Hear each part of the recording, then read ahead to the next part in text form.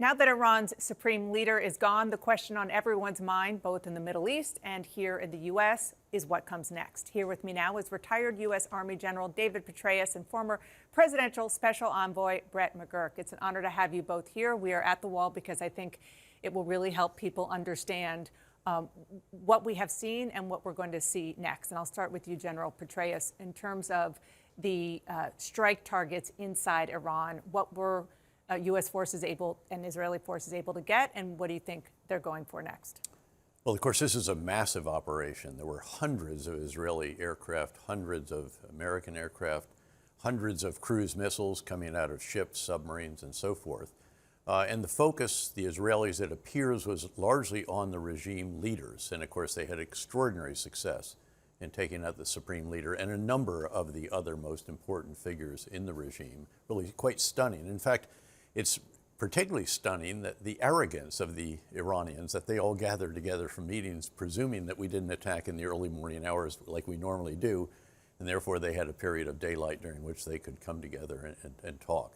The U.S., meanwhile, was going largely after the air and ballistic missile defenses that are left in Iran, and then the missile and other retaliatory capabilities. And again, keep in mind that there were hundreds of targets by each of the Israeli and U.S. forces. So a really extraordinary amount of ordnance being dropped and going in as cruise missiles as well.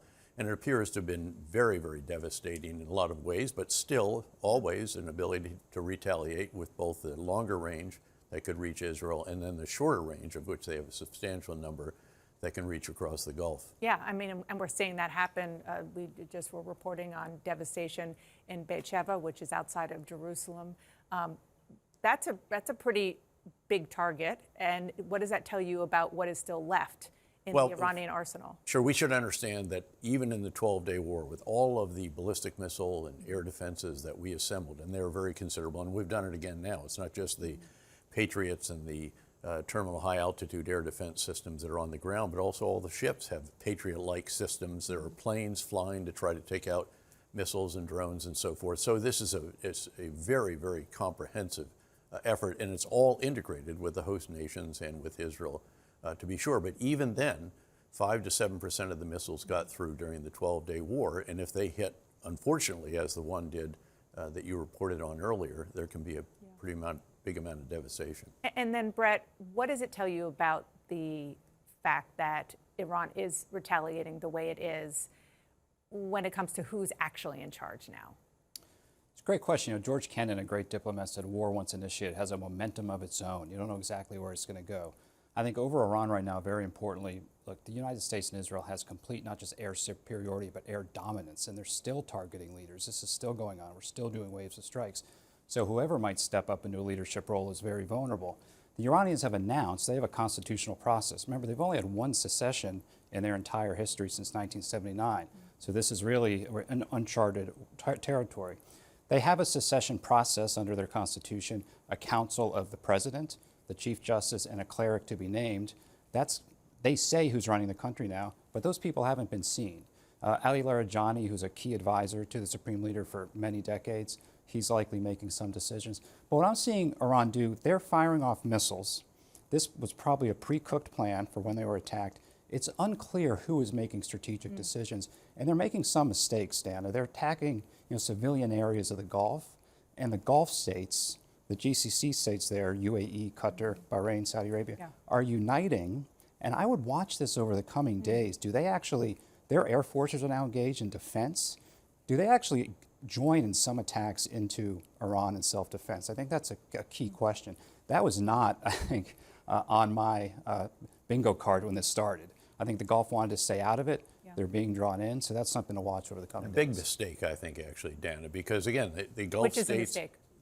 that they have been attacking the Gulf states. The Gulf states wanted to stay out of it, as Brett said. So they did not even allow us to use their bases in a number of cases. Now they're into it. They've been attacked, and not just our bases, but civilian areas as well. And so they're going to take place now with the defensive measures. As Brett mentioned, we have aircraft in the sky now. I'm sure they're being integrated by the Combined Air Operations Center. And if that continues, they're going to probably take further measures. I want to talk about the chaos and instability in the region, obviously militarily, but also economically. I mean, if you see the Strait of Hormuz, which is right there, I mean, that's a key geographical location for a lot of these countries. Well, 20% of global trade, 80% of Iran's oil, of course, goes to Asia and China. China has a big interest here. And I have just one geostrategic issue. Russia and China, very quiet here. And of course, they're very much strategic partners of Iran, very quiet. I think that's very telling. Yeah, we would expect when oil markets open, the price of oil is going to go up, I think, fairly significantly. We'll see. OPEC met today. They announced they're going to be increasing production. But look, think about escalation dominance in a conflict like this. If Iran makes moves in the Straits of Hormuz, as they're threatening, they targeted some tankers today, U.S. Air Forces have escalation dominance here. We can target Iran wherever we want. So Iran has to be calculating that. To the extent Iranian leaders are even thinking strategically, they seem to be just firing off their missiles without a strategic plan, and that shows real disarray in their chain of command. Yeah, maybe a result of all the leaders taken out. They're just acting on pre-decision that they were authorized before. But again, 20% of the world's crude oil and 20% of the world's liquefied natural gas come right through the strait. There's already a report that the traffic is down by some 50 to 70%. And then, as Brett mentioned, there was a ship attacked right in here. And that's going to, Maersk has announced that they're stopping going through here and also through the strait that the Houthis have disrupted in the past. They're, of course, an Iranian surrogate as well. So we'll see an effect, but it likely will be a short-term effect. It will not be enduring unless there's some really significant escalation, say mining of the Strait of Hormuz that for some reason requires longer than normal to clear. Thanks to you both. Really appreciate you being here. Great to be with you. Thank you, Dan. And when we come back,